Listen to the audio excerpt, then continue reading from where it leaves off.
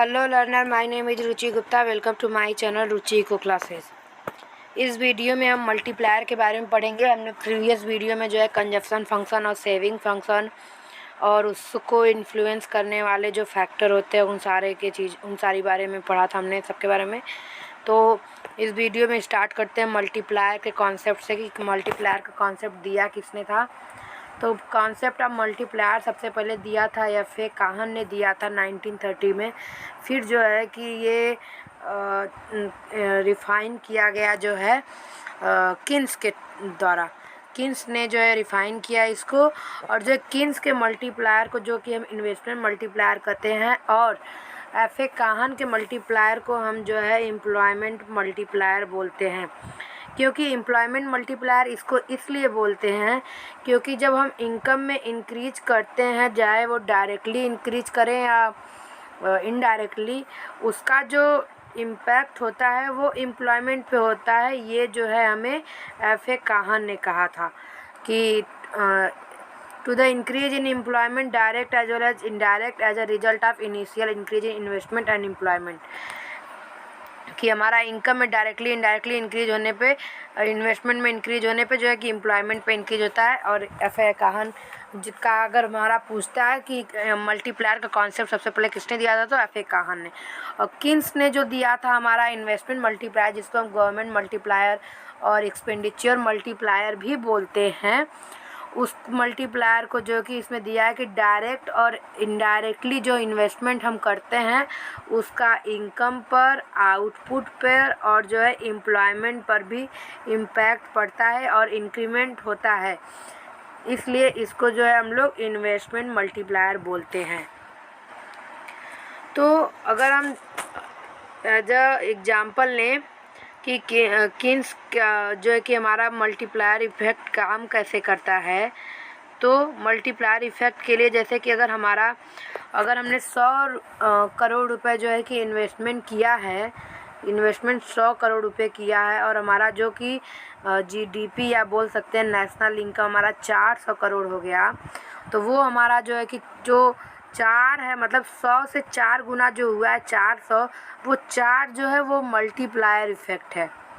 अगर हम कहें कि 100 करोड़ इन्वेस्टमेंट में हमारा जो कि इनकम 300 करोड़ हो गया, तो वो जो 3 गुना हो गया वो मल्टीप्लायर इफ़ेक्ट है। तो उसको हम मल्टीप्लायर इफ़ेक्ट कहते हैं। और हम आगे ये भी समझेंगे कि मल्टीप्लायर इफ़ेक्ट आखिर होता कैसे, क्योंकि 100 हम इन्वेस्ट 100 करोड़ कर रहे हैं तो इनकम भी तुम्हारी 100 करोड़ होनी चाहिए। ये 300 कैसे हो जा रहा है, ये हम इसको समझेंगे।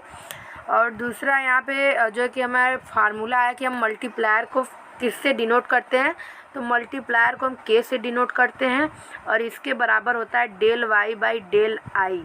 ये भी मल्टीप्लायर, इन्वेस्टमेंट मल्टीप्लायर ये है कि इंक्रीज इन, हमारा जो है कि इंक्रीज इन या बोल सकते हैं चेंज इन हमारा इन्वेस्टमेंट या इंक्रीमेंटल इन्वेस्टमेंट, और यहाँ पे चेंज इन इनकम या बोल सकते हैं इंक्रीमेंटल इनकम, कि हमारा इन्वेस्टमेंट में 1% चेंज होने पे हमारा जो है इनकम में कितने % चेंज होता है, ये हमारा डिपेंड करता है साइज ऑफ मल्टीप्लायर पे, कि हमारी मल्टीप्लायर की वैल्यू क्या है, ये हमारा डिसाइड करता है। तो यहाँ पे के की वैल्यू होगी del Y by del I, जो कि के स्टैंड करता है मल्टीप्लायर के लिए। ये होगी स्लाइड, आपको पढ़नी होगी तो पढ़ लीजिएगा। नेक्स्ट स्लाइड पे चलते हैं हम लोग कि हम कैसे जो है कि कैसे हमारा 100 से 400 करोड़ होता है या 500 करोड़ होता है, तो हम उसको देखेंगे। तो यहाँ पे how much increase in national income will take place as a result of an initial increase in investment.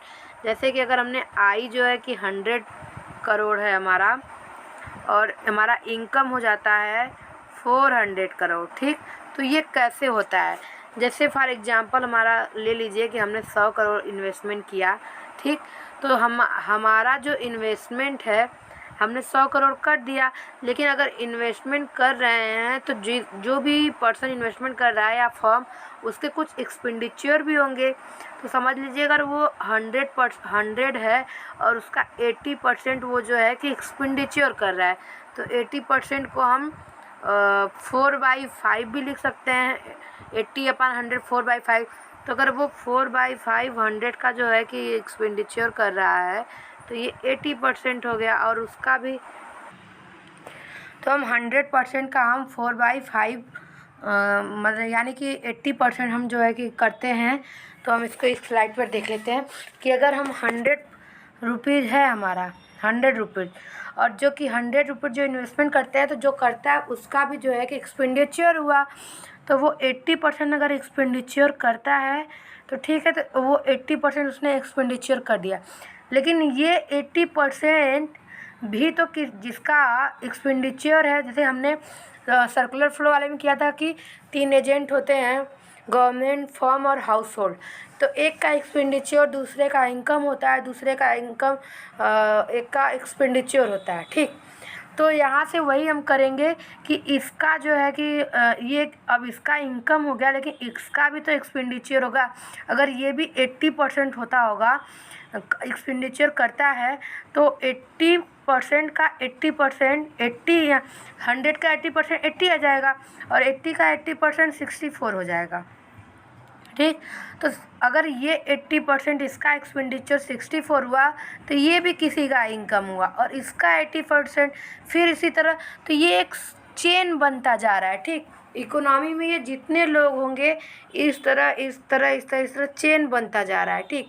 तो ये तो अगर हम इसको फिर मैथमेटिकल फॉर्म में बताएंगे तो ये 100 रुपये है, 100 का जो है 4/5, ये परसेंटेज हमने निकाल लिया है कि उसको पॉइंट में, तो 4/5 आ जाएगा।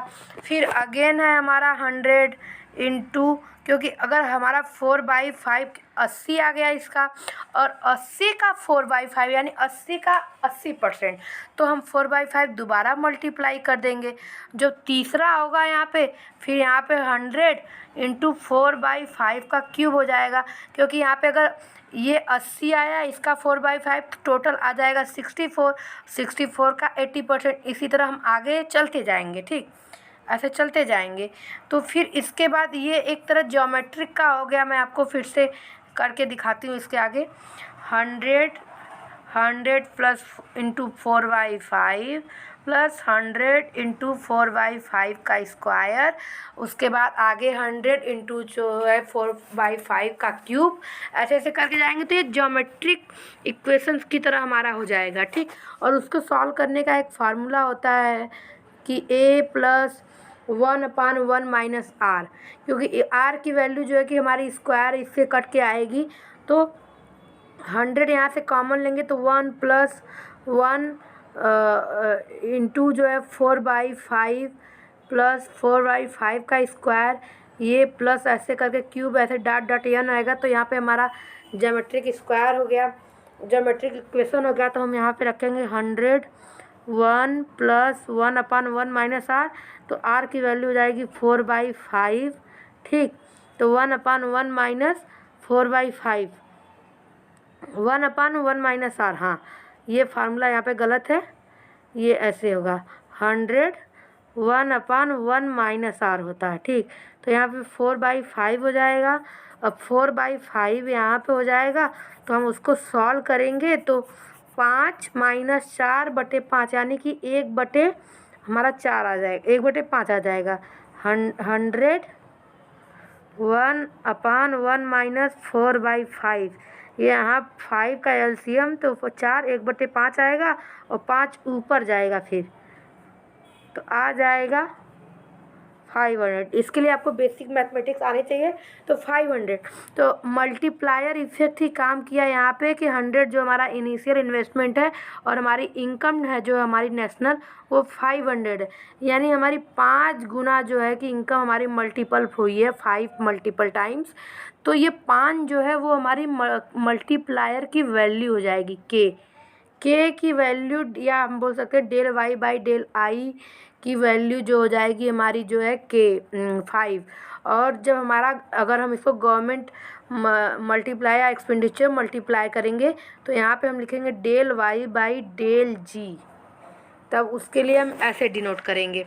और उसके अलावा भी एक टैक्स मल्टीप्लायर होता है, फॉरेन ट्रेड मल्टीप्लायर होता है, बैलेंस बजट मल्टीप्लायर होता है, तो इस पे भी हम वीडियो बनाएंगे क्योंकि इस पे जो है क्वेश्चन और मैथमेटिकल चीज़ें पूछती हैं। बैलेंस बजट मल्टीप्लायर जो है हमारा किन्स ने दिया था। तो फिर इसके बाद ये मैंने आपको कैसे मल्टीप्लायर प्रोसेस करता है ये मैंने आपको बता दिया। अब आगे चलते हैं, इसके फार्मूले के लिए देखते हैं। तो if del Y stand for increase in income, या आप बोल सकते हैं इंक्रीमेंटल इनकम, और del I stand for increase in investment या इंक्रीमेंटल इन्वेस्टमेंट, एंड एमपीसी यानी मार्जिनल प्रोपेंसिटी टू कंज्यूम जो है हमारा दिया हुआ है। तो we can write the equation. ठीक, तो हम ये चीज़ याद रखते हैं कि रियल लाइफ में एमपीसी की वैल्यू मैंने लास्ट वीडियो में बताया था कि 1 से छोटी और 0 से बड़ी होती है। ठीक, लेकिन इसमें हम एमपीसी की वैल्यू 1, 1 और 0 रखते हैं। ठीक, आगे मैं आपको स्लाइड में बताऊंगी, आगे आने वाले स्लाइड में। यहाँ पे फार्मूला देख लेते हैं। Del Y divided by del I equals to 1/1 minus MPC, यहाँ पे के।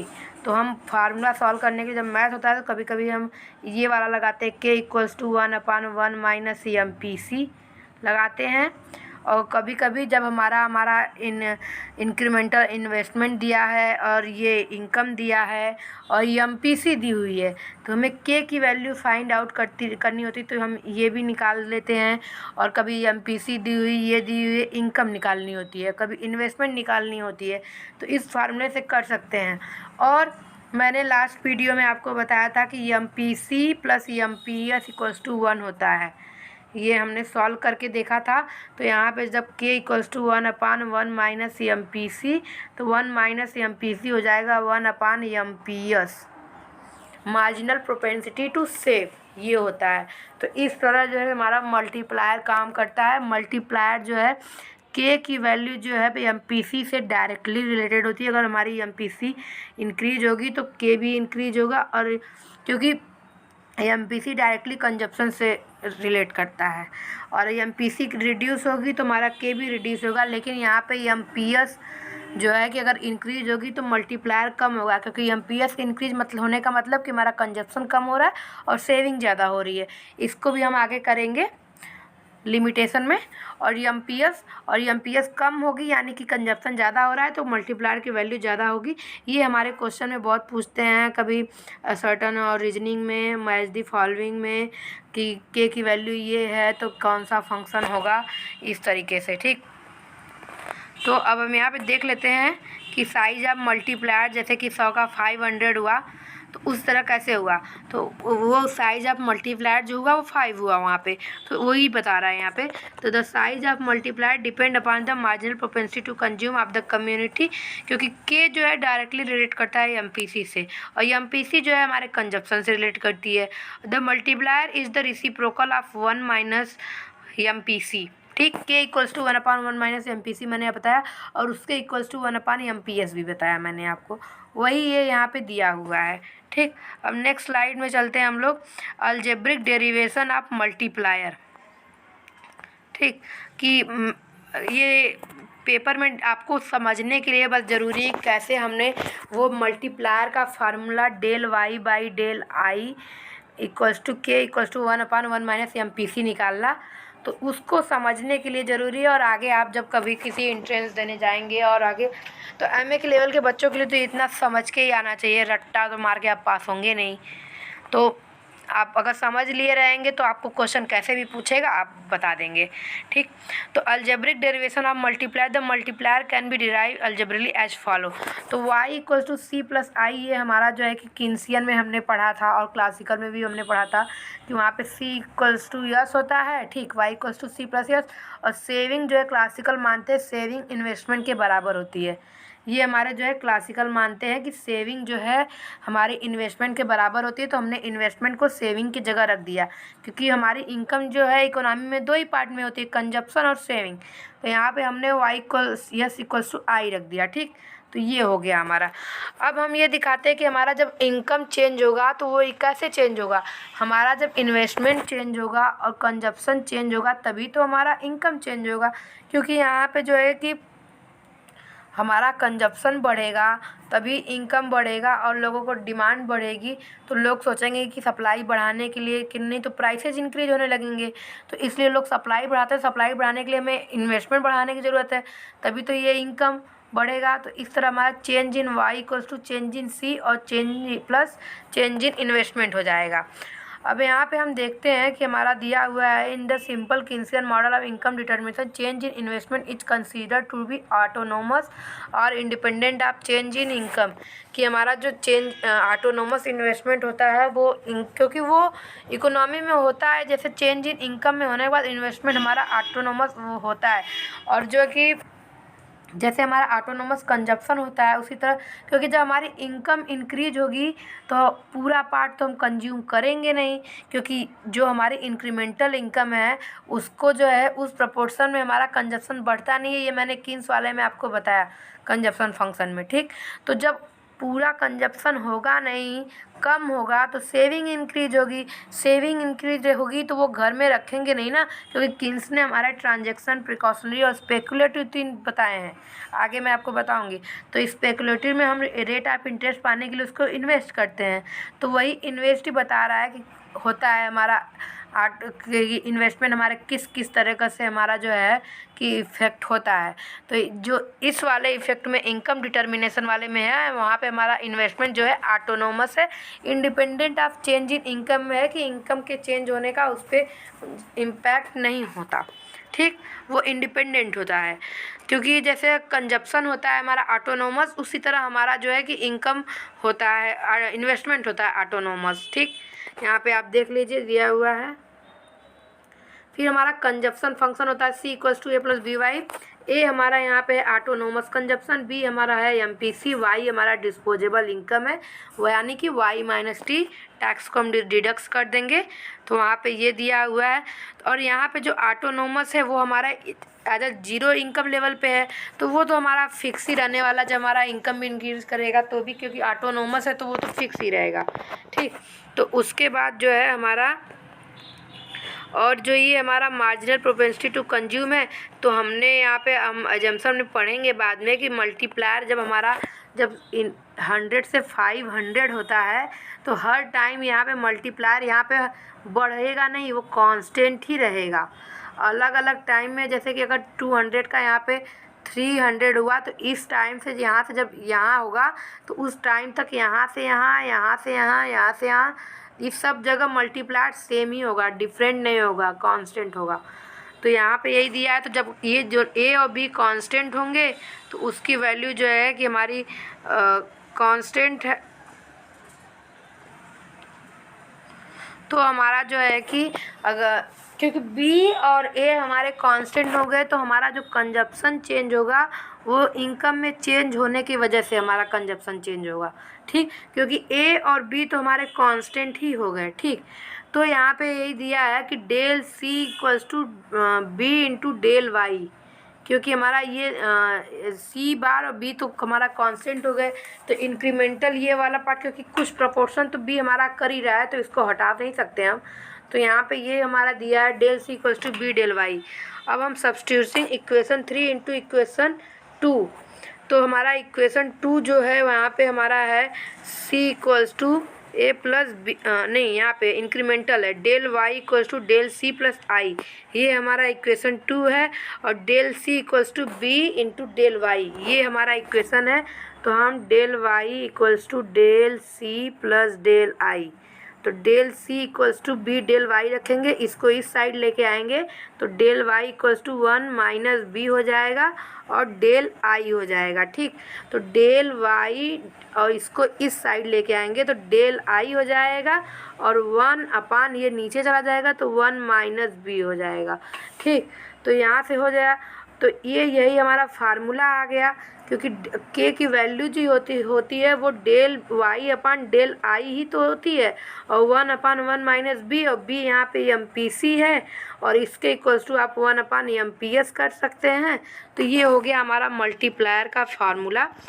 This is the same formula of multiplier as obtained earlier. Note that the value of multiplier del y by del I will remain constant as long as marginal propensity to consume remain the same, ठीक।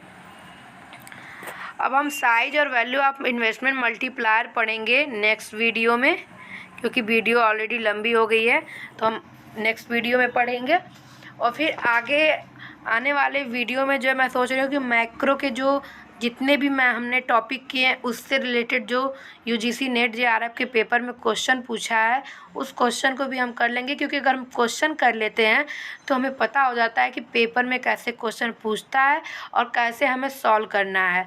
और इसके previous वाले एक video में भी, मतलब previous year video में भी मैंने जो है कि एमपीसी और एमपीएस की वैल्यू निकालना और मल्टीप्लायर की वैल्यू निकालना सॉल्व करा है, तो आप अगर चाहें तो आप देख सकते हैं, लेकिन आगे आने वाले वीडियो में भी हम कराएंगे। तो अगर आपको वीडियो पसंद आया हो तो चैनल को लाइक कीजिए, सब्सक्राइब कीजिए और बेल आइकन को प्रेस करना ना भूलिए, और वीडियो को ज़्यादा से ज़्यादा शेयर कीजिए। और अगर आपको कोई डाउट हो तो कमेंट सेक्शन में कमेंट कीजिए। Thank you so much.